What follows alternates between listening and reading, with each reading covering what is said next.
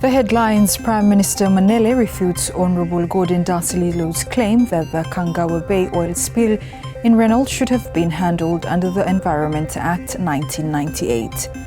MERD and UNICEF hosted a handover ceremony for the Preparation Primary Year Teacher Guide. And Solomon Islands stand on Taiwan's participation in the upcoming Pacific Island Forum Leaders Meeting in Honiara will mainly be based on the 2050 strategy for the Blue Pacific Continent Review. Hello, you're watching SIBC's TV News Bulletin. I'm Sharon Nanau. Prime Minister Honourable Jeremiah Manele refutes Honourable Gordon Dasililo's claim that the Kangawa Bay oil spill in Rennell should have been handled under the Environment Act 1998. Prime Minister Manele said the Environment Act primarily deals with environmental protection in the context of development activities such as requiring environmental impact assessments. He said that this is not suited to deal with oil spills caused by ships. The Environment Act 1998 of Solomon Islands is the primary legislation for protecting and managing the country's environment. It covers a range of environmental issues to ensure sustainable development and the conservation of natural resources for future generations. A key aspect of the Act is the requirement for environmental impact assessment for any proposed developments that are likely to significantly affect the environment. This helps to identify and mitigate potential environmental harm before the projects begin. In light of the above, it is very clear that the application of the Environment Act 1998 is predominantly for protection of the environment when engaging in development activities. In contrast, the Bankers Convention, formerly known as the International Convention on Civil Liability for Bunker Oil Pollution Damage 2001, specifically addresses pollution caused by bunker oil, the fuel used to power ships. The convention applies to pollution damage resulting from bunker oil spills from any type of seagoing vessel, including cargo ships, tankers, fishing vessels, yachts, and commercial government vessels. Prime Minister Manele called on members of Parliament to research thoroughly before making public statements, noting that the public expects factual and responsible debate. In view of the points I have outlined, and contrary to the statement made by the Honourable MP for Central Honiara, I find it difficult to comprehend how the Environment Act 1998 could be effectively applied to address the oil spill issue at Kangawa Bay. Say the assertions made by the Honourable MP reflect a lack of understanding of the legal mechanisms available in the pursuit of redress against the perpetrators of one of the worst environmental disasters in the history of Solomon Islands. The Speaker, my advice is that it is best that we leave the legal aspects of this matter to the appropriate legal experts. However, our responsibility as leaders is to ensure they are given the necessary support and resources to resolve the issue decisively and once and for all. Investigations and legal actions into the Kangawa Bay oil spill are currently underway. Now, MERD and UNICEF hosted a handover ceremony for the Preparation Primary Year Teacher Guide. Alex Dadamu reports. The Ministry of Education and Human Resource Development, MEHRD, and UNICEF hosted a handover ceremony for the Preparation Primary Year PPY Teachers Guidebook and Curriculum today in Honiara. The PPY curriculum aims to prepare children aged 5 years for primary school, ensuring foundation skills for entry to primary education. Developed with support from UNICEF, the guide has already been rolled out with teachers across 3 provinces, including Honiara. Permanent Secretary Dr. Franco Rodi said the guide is not just a document but a tool for transformation. A seamless transition from the preparatory year into primary school is vital for a child's success. We also recognize the need for practical actionable support to empower teachers to implement more inclusive, effective learning strategies. This brings us to the heart of this morning's ceremony. The new PPY Teacher Guide, which we are officially handing over this morning, is a response to these findings. It has been carefully designed to fill the gaps identified, providing teachers with clear guidance on creating enabling environments for all learners, planning for inclusive learning, using assessment to support school readiness, offering positive guidance and inclusive support strategies, and building meaningful partnerships with families and communities. This guide is not just a document, it is a tool for transformation, a resource to uplift teaching practices, and a framework to help every teacher make a lasting impact on the lives of their pupils. We are proud to share that this guide has already been piloted with teachers in Honiara, and more than 200 teachers across 3 provinces, including Honiara, have been trained in using them. This is just the beginning. Looking ahead, we are committed to extending this training to teachers in all remaining provinces. This expansion will form part of a new long-term professional development design and the GPE supported program activities, ensuring that no teacher and no child is left behind. Meanwhile, UNICEF Solomon Islands Field Office Education Specialist Mr. Abdiweli Mohammed said he is happy that children who will benefit from the curriculum are present during the handover ceremony. Today is a great pleasure, and I'm so happy to see the real beneficiaries in the role, who is the children. As a children agents who have a mandate for 75 years to support every child to learn, be protected, be healthy, and get nutrition. Today we are very excited to see the real beneficiaries are sitting not the back benches but the front bench, who is really engaging with their PS and having conversation this beautiful Friday where they know what they are expecting. Alex Dadamu for SIBC TV. Solomon Islands stand on Taiwan's participation in the upcoming Pacific Island Forum Leaders meeting in Honiara will mainly be based off the 2050 strategy for the Blue Pacific Continent review. Minister of Foreign Affairs and External Trade, Honorable Peter Chanel Agovaka, made a statement in response to the independent leader, Honorable Peter Ken Lore Jr., stand on Taiwan's formal recognition by Solomon Islands during the upcoming PIF Leaders meeting. Honorable Agovaka said PIF is reviewing its institutional framework to align with the 2050 strategy for the Blue Pacific Continent, aiming to strengthen governance and partnership under international law. He said the review would ensure clarity on roles for full members, associate members, dialogue partners and development partners. The Pacific Island Forum Leaders, the institution, PIF is going through what they call the review of the regional architecture to align itself with the 2050 strategies and making it more stronger, recognizing international laws, who are by member inside law forum, who are by associate members, who are allowed to be diplomatic dialogue partners and development partners for this. So it's recognizing international laws. But there are three countries who are still recognize China, Taiwan, Tuvalu, the Palau, it was Palau and Marshall Islands. So they are friends in the Pacific. We will engage with them and see how best we can see how to submit either post or pre-Pacific Island Forum Leaders meetings. That is something that we manage and also adhere to international laws.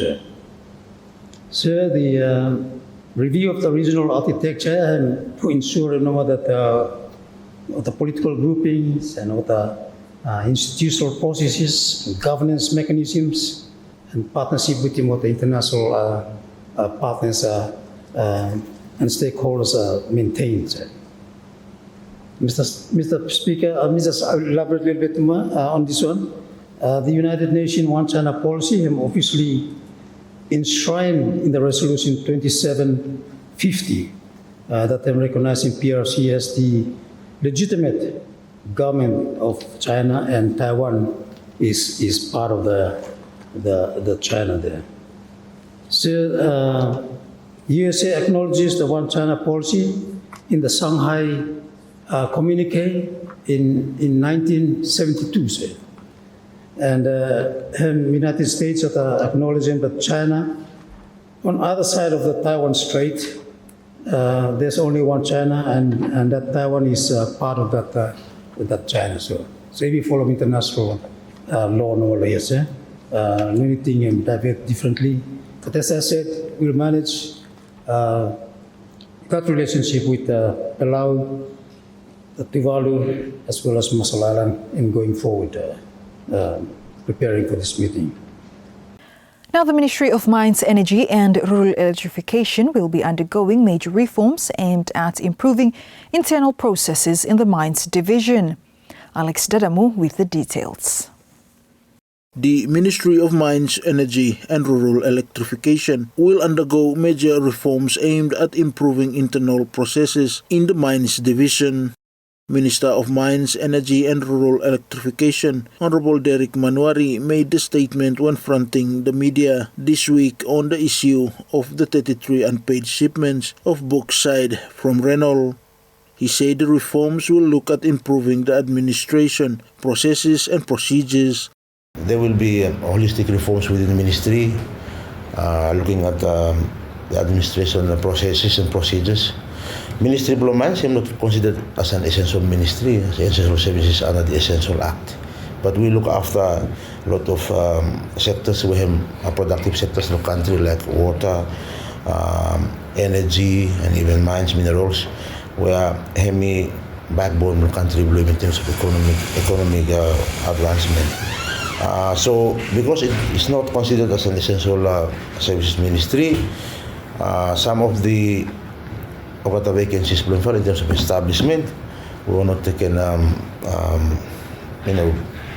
as priority. So at the moment, for example, we have almost 20 vacancies here, and this ministry is a technical ministry, and around 70 to 22 vacancies inside the ministry this time. At the moment, I know that Mihala go ahead doing interviews for some of the key positions inside the ministry, but I think as a technical ministry, we have to be fully manned in terms of human resources, so that Mihala sabi doing vocabulary effectively, and issues like this one, babae may avoid him. Meanwhile, Director of Mines, Krista Tatapu, explained that the proposed new Mineral Resources Bill 2025 will address the flaws in the current Mines Bill. The new mining bill, hemba repealing the old one, the current one, yeah. Mm-hmm. So current one, if you can imagine, hemblo 1990. Yeah. So within 30 years, yeah, the industry has changed so much. So the Mineral Resources Bill 2025, hemi garemna, let's say, by me say, more than what the current one has, whereby him are able for assisting me falalo helping na this fala industry. By me say anointing him perfect, so it would be good for us to test it out. So suppose if it gets passed, but me feel happy to us for testing out, because him got some fala provisions where current one him not able for address him. Alex Dadamu for SIBC TV. Construction of the new pre-trial fruit treatment facility at the Henderson Biosecurity site is progressing as planned. The facility is aimed at combating fruit fly infestation that threaten key export fruits such as pawpaw, mango and melon. Minister of Agriculture and Livestock, Honorable Franklin Derek Wasi, during Parliament's meeting this week, said the facility will test virus heat treatment levels on infested fruits to find the most effective method to kill fruit flies without damaging fruit quality. Speaker said the ministry has engaged a local contractor to construct its pre-trial treatment facility, and I'm happy to say that the construction is ongoing for the test facility by our local constructors. This facility purposely to breed different economical species for fruit flies that cause damage to our local fruits. Our targeted fruits for export, such as papaya, mango, and melon, will then be subjected to fruit flies attacks before being treated at various heat levels within the facility to determine the best heat treatment level without damaging the flesh of the fruits. Honorable Wasi added the Henderson Biosecurity site hosts two separate facilities: the newly built fruit fly breeding and heat trial facility and the vapor heat treatment VHT plant completed last year. He said installation of the VHT plant has been delayed due to recommended electrical upgrades. There are two different facilities at our Henderson Biosecurity site. One is the vapor heat treatment plant, while the other is the fruit fly breeding and heat trial facility. So there are two. For the VHT facility, it has been completed 1 year ago, and we were supposed to receive engineers from Japan to install the VHT plant. However, the engineers have recommended some changes to the power socket. Therefore, Ministry is about to engage a local A-grade electrician to install a new three-phase electrical socket to the facility to allow for the plant to be connected to the power and have it operated. Once the needed adjustment is completed, Japanese engineers should be in the country to fix it. Still on the agriculture sector, the Ministry of Agriculture and Livestock has announced that the first 2 containers of freshly frozen cassava from Sape Farm are now scheduled for export in June. This follows delays due to recent heavy rainfall and loan arrangements for the cassava processing facility. The export in June will make this Sape Farm's first direct export.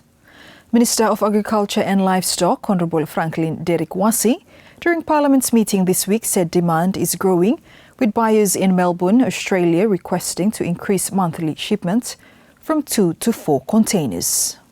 Due to the recent downpour and insistence of the Sape Farm management for loans of the cassava processing facility before export is done, the first 2 containers of freshly frozen cassava will now take place in June this year.